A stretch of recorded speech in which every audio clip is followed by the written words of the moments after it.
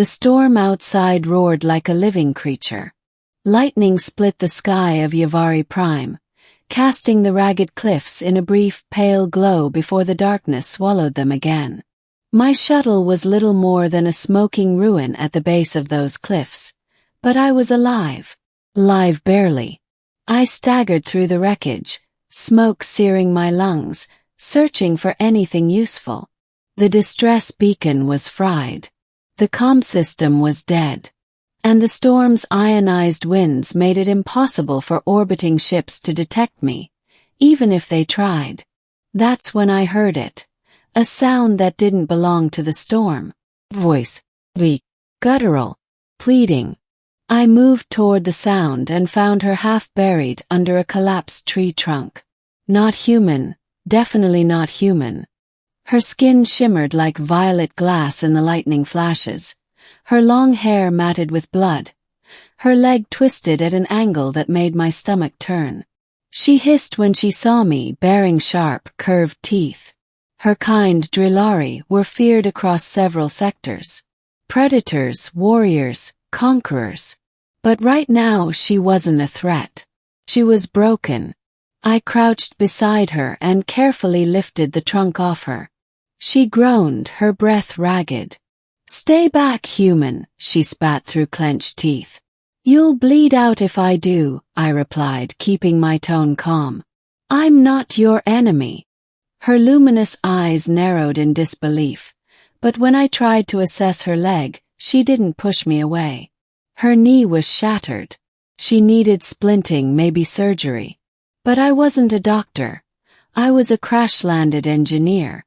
Still, survival makes medics out of everyone. I tore strips from my flight jacket, wrapping them tight around her leg.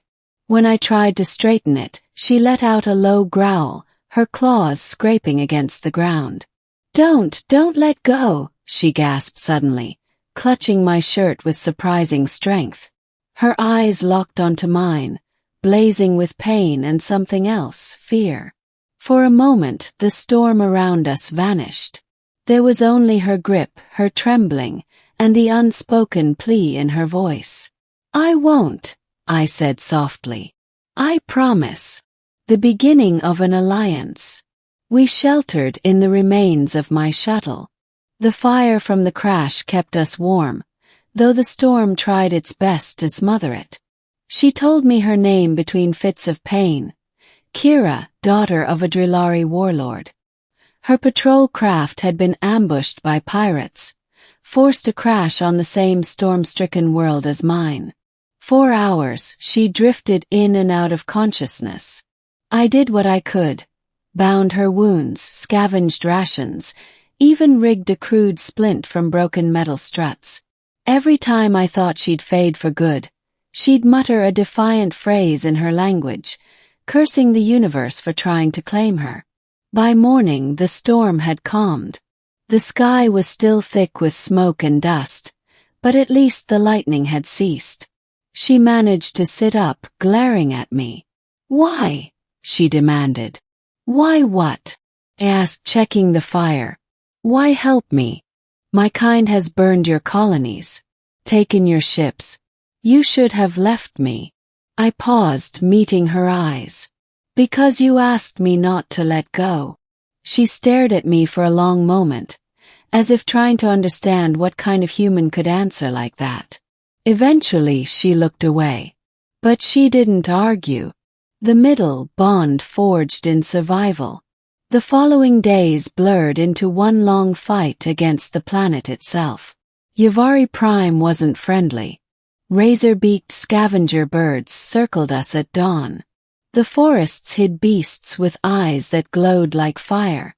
And the cliffs constantly shed rock, threatening to bury us alive. Kira couldn't walk. That meant I carried most of the burden, literally. I rigged a stretcher from shuttle panels and dragged her when we moved. She hated it, hated the indignity of being dependent. She hissed insults at me, mocked my strength, told me a Drillari hatchling could outpace me. But she never once told me to leave her behind. At night, under the broken sky, she grew quieter. You are strange, human, she admitted once, her voice softer than I'd ever heard. You sweat, you curse, you tire, but you do not quit. Engineers don't quit, I said with a small smile. We fix things. She laughed then, a sharp, broken sound but genuine. And in that moment, I saw something beneath the predator's mask. A woman who had lived her whole life as a weapon, a warrior, who'd never been treated like someone worth saving. Days turned to a week. We found water by following the scavenger birds to a ravine. I hunted with a sharpened piece of shuttle plating, bringing back meat she sneered at but devoured anyway. And little by little, she trusted me enough to let me adjust her splint without threatening to gut me. But survival wasn't enough.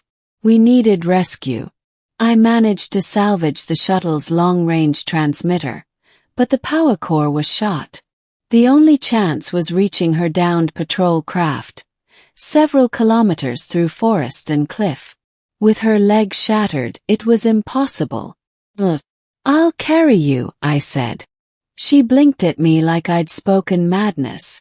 You would break your back before we made half the distance. Maybe, I admitted. But it's our only shot. She studied me, her violet eyes unreadable. Then slowly she reached out, her clawed hand resting lightly on mine. Do not let go, she whispered again. The trek.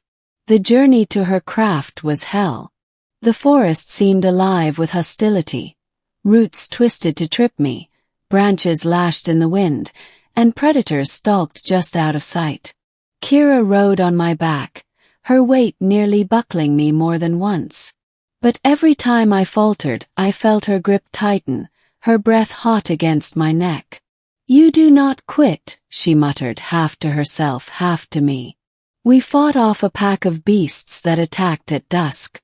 I wielded my makeshift spear while she, from my back, lashed out with sharp claws. The creatures fled, but not before leaving me bloodied. She bound my wounds after, her touch surprisingly gentle. You are not made for war, she said quietly. Neither are you, I shot back, glancing at her shattered leg. Her lips curled into the faintest smile. Perhaps we are made for something else. It took 3 days, but we reached the cliffs where her patrol craft had gone down. It was half buried in stone, its hull scorched, but the emergency beacon was intact. I nearly collapsed in relief. But as I set her down, the ground trembled. The cliffs weren't stable. With a deafening crack, part of the rock face gave way, sending boulders crashing down. One struck near us, shattering the earth. I grabbed Kira, shielding her as debris rained around us. Pain exploded in my back, but I didn't let go. Couldn't. Her hand was clutching my shirt again, her eyes wide with fear. Don't you dare, she hissed, trembling. Don't you dare let go, human. Through gritted teeth, I pushed us toward the craft, dragging her inside just as the last of the rocks fell. The beacon was functional. I rerouted the remaining power and activated it. A signal burst into the sky, fighting through the storm.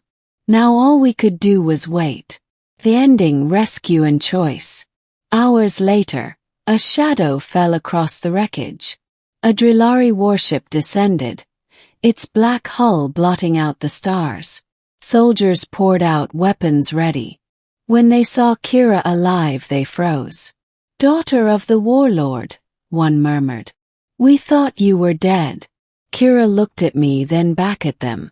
Her expression was unreadable. I live, she said coldly. Because of him.